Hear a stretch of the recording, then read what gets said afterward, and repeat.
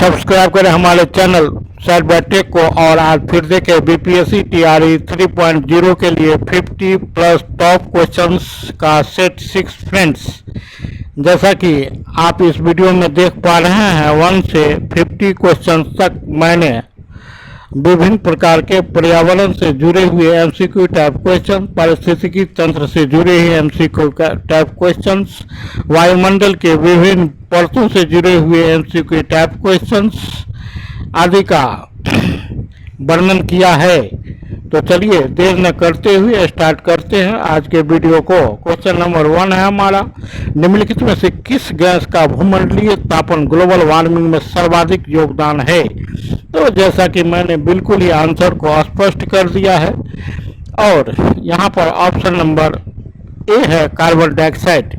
बहुत सारे गैस भूमंडलीय तापन के लिए उत्तरदायी होते हैं। ये सारे गैस ग्रीन हाउस गैसेस कहलाते हैं। इसमें कार्बन डाइऑक्साइड की प्रमुखता होती है। इसके अतिरिक्त methane, sulphur dioxide, nitrous oxide आदि भी गैस हैं, जैसा कि इसके ऑप्शंस में आपको दिखाया गया है। लेकिन सबसे अगर सर्वाधिक योगदान देने वाले गैस की अगर हम बात करें तो वह है कार्बन डाइऑक्साइड CO2। आगे हम बढ़ते हैं क्वेश्चन नंबर 2, निम्नलिखित में से कौन सा ग्लोबल वार्मिंग का कारण नहीं बनता है। तो सौर ऊर्जा ग्लोबल वार्मिंग का कारण नहीं है, बल्कि जीवाश्म ईंधन के जलने से कार्बन डाइऑक्साइड बनती है। पेट्रोल गाड़ियों के जलने से SO2 गैस का निर्माण होता है। वनों की कटाई से ऑक्सीजन की कमी होती है और CO2 की सांद्रता में वृद्धि होती है। तो यहाँ पर सौर ऊर्जा एकमात्र एक ऐसा कारण है जो ग्लोबल वार्मिंग का कारण नहीं बनता है। तो इसका भी option number C correct answer है क्वेश्चन नंबर 2 के लिए। क्वेश्चन नंबर 3 ये माना जाता है कि निम्न में से किस गैस के कारण वातावरण में तापमान में वृद्धि होती है। तो तापमान में वृद्धि होती है, ग्लोबल वार्मिंग में वृद्धि होती है कार्बन डाइऑक्साइड के कारण। So option number C is correct answer for the question number 3।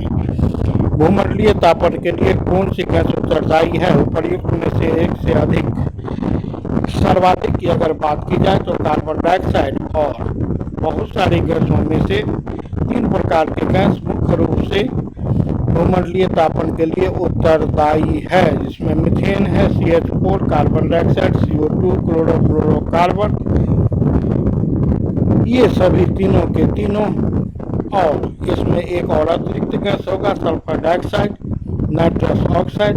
इन सबों को मिलाकर भूमंडलीय तापन के लिए उत्तरदायी गैसों का समूह हम कह सकते हैं। यहाँ पर 3 gas methane, carbon dioxide, chlorofluorocarbon भूमंडलीय तापन के लिए उत्तरदायी है। क्वेश्चन नंबर 5, वायुमंडल में ग्रीन के कारण पृथ्वी के औसत तापमान में होने वाले बढ़ोतरी को ग्लोबल वार्मिंग भूमंडलीय तापन कहा जाता है। भूमंडलीय तापन के लिए कौन सी गैस मुख्य रूप से उत्तरदायी है। फिर वही आंसर होगा carbon dioxide. Option number B correct answer for question number 5। Question number 6, कौन सी गैस अधिकतम भूमंडलीय तापन वृद्धि के लिए उत्तरदायी है। इसका भी आंसर हो जाएगा carbon dioxide. Option number C correct answer for the question number 6।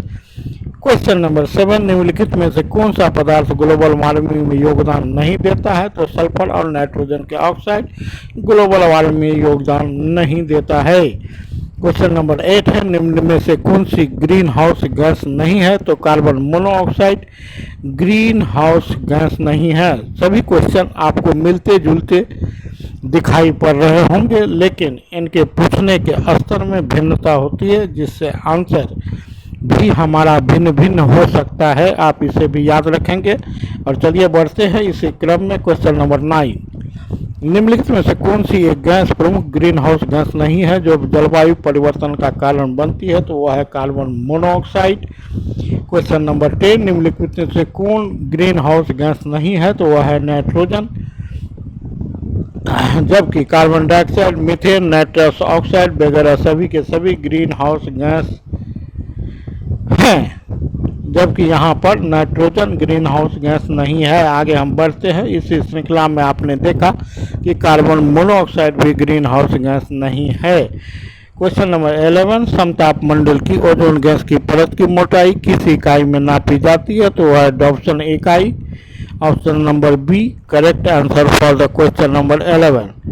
Question number 12, शेर की पूंछ वाला मकाक किस वन्य जीव रिजर्व में पाया जाता है? तो नीलगिरी में पाया जाता है शेर की पूंछ वाला मकाक।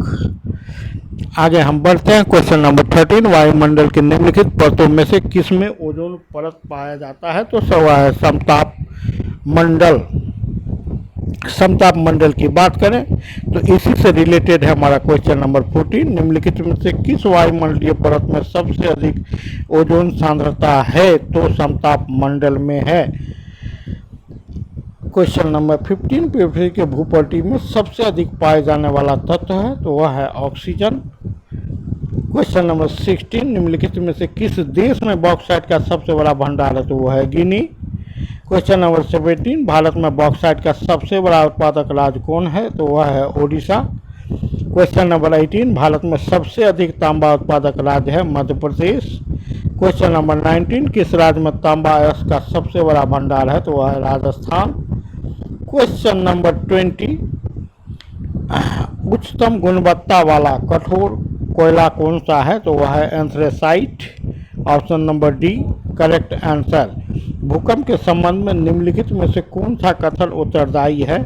तो उपर्युक्त में से एक से अधिक कथन उत्तरदायी है, जिसमें पी तरह के अनुप्रस्थ तरंगे हैं और धरातल पर उद्गम केंद्र के ऊपर के स्थान को अधिकेंद्र कहते हैं। जानवरों के व्यवहार से भूकंप के आने की संभावना को व्यक्त किया जा सकता है। More than one of the above option is correct answer for the question number 21। Question number 22, वायुमंडल की किस परत में ओजोन यूवी विकिरण ढाल के रूप में कार्य करता है? अर्थात सूर्य से उत्सर्जित अल्ट्रावायलेट किरणों को, पराबैंगनी किरणों को अवशोषित करने का काम करता है और पृथ्वी को इसके दुष्प्रभावों से बचाता है। तो वह है ओजोन, और वह ओजोन परत समताप मंडल में पाया जाता है। जेट विमान, हवाई जहाज कौन से मंडल में उड़ाए जाते हैं? इसका भी आंसर होगा समताप मंडल। वायुमंडल की कौन सी परत रेडियो संचरण में मदद करती है? ब्रह्मंडल। क्वेश्चन नंबर 25, वायुमंडल की परत जो रेडियो तरंगों को पृथ्वी पर वापस लाती है उसे कहा जाता है आयन मंडल। क्वेश्चन नंबर 26, निम्नलिखित में से कौन सी वायुमंडलीय परत जलवायु और मौसम परिवर्तन के लिए जानी जाती है? क्षोभ मंडल। वर्षा पृथ्वी के वायुमंडल के क्षोभ मंडल परत में होती है। वायुमंडल की किस परत में लगभग सभी बादल पाए जाते हैं? वह है क्षोभ मंडल। अर्थात मौसम संबंधी जितनी भी प्रकार के परिवर्तन होते हैं, जैसे कि आंधी चलना, बरसात होना, तेज हवा का चलना आदि, सभी क्षोभ मंडल से रिलेटेड हैं। आप इसे याद रखेंगे। गर्जन मेघ वायुमंडल के क्षोभ मंडल परत से ही संबंधित हैं। ओजोन परत किसकी सबसे अधिक पराबैंगनी विकिरण का अवशोषण करती है? तो सूर्य के पराबैंगनी विकिरण का अवशोषण करती है ओजोन परत। और ओजोन परत के ऐसा करने से पराबैंगनी किरण अल्ट्रावायलेट रेडिएशन ऑफ द सन के एब्जॉर्प्शन के कारण पृथ्वी पर रहने वाले जीव इसके दुष्प्रभावों से बचते हैं, और खास करके यह मनुष्य में त्वचा के झुलसने से संबंधित है और आनुवंशिक परिवर्तनों के होने से बचाती है। क्वेश्चन नंबर 31, निम्नलिखित में कौन सा वायु प्रदूषण का जैव संकेतक है? तो वह है लाइकेन। जैसा कि हम जानते हैं, लाइकेन क्रमशः एल्गी और फंजाई का शैवाल और कवक का कॉम्बिनेशन है, और ये सहसंबंध दिखाते हैं, एक दूसरे को पर निर्भर रहते हैं। ये है लाइकेन। ताजमहल के पीला करने में कौन जिम्मेदार है? तो वह है सल्फर डाइऑक्साइड SO2। कौन सी गैस नोबेल गैस कहलाती है? तो वह है हीलियम गैस। सोडा पानी की बोतल खोलने पर कौन सी गैस निकलती है? तो वह है कार्बन डाइऑक्साइड। वायुयान किस मंडल में उड़ते हैं? समताप मंडल में उड़ते हैं। क्वेश्चन नंबर 36, भारत का निम्न में से कौन सा राज्य पहला कार्बन मुक्त राज्य बना? तो वह हिमाचल प्रदेश।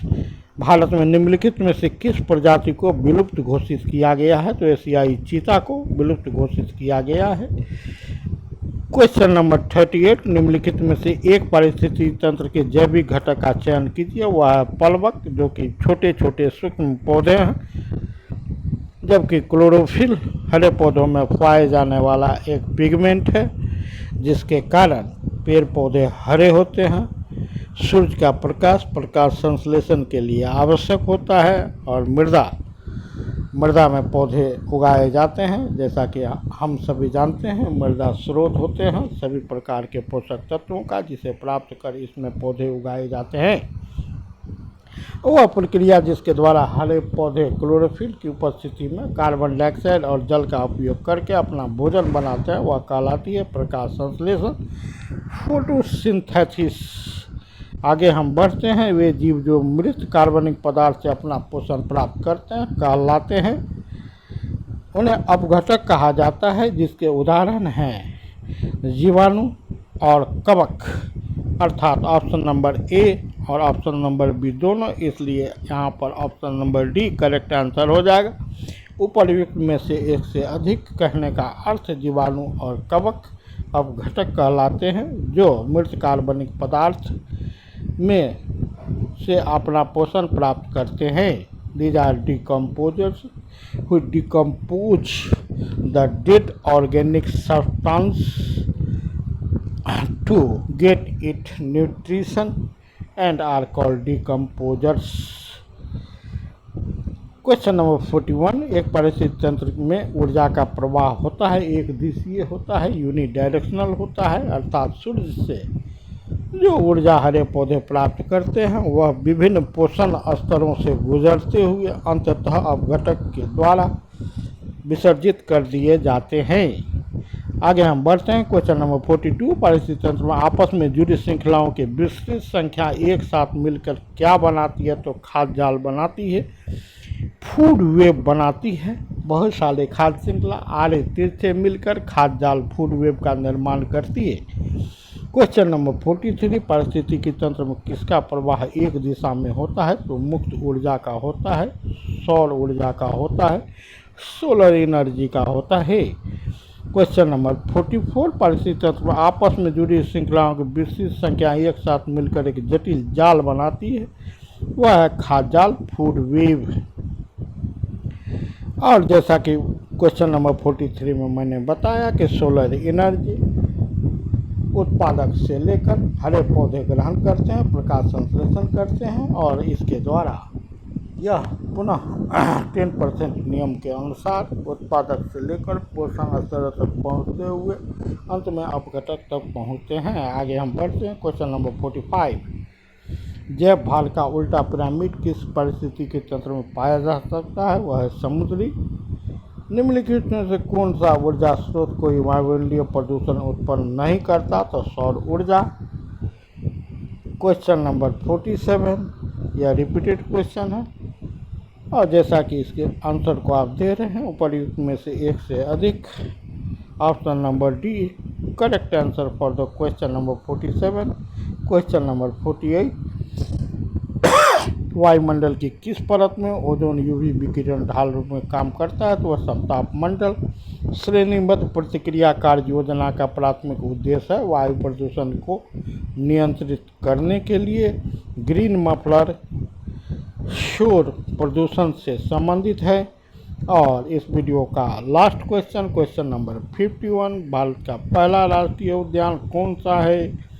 जिम कॉर्बेट राष्ट्रीय उद्यान। तो चलिए फ्रेंड्स बढ़ते हैं। समापन करते हुए इस वीडियो का आशा है पूर्व की तरह आप इस वीडियो को ज़्यादा से ज़्यादा लाइक करेंगे, शेयर करेंगे। Thanks for watching. Good night.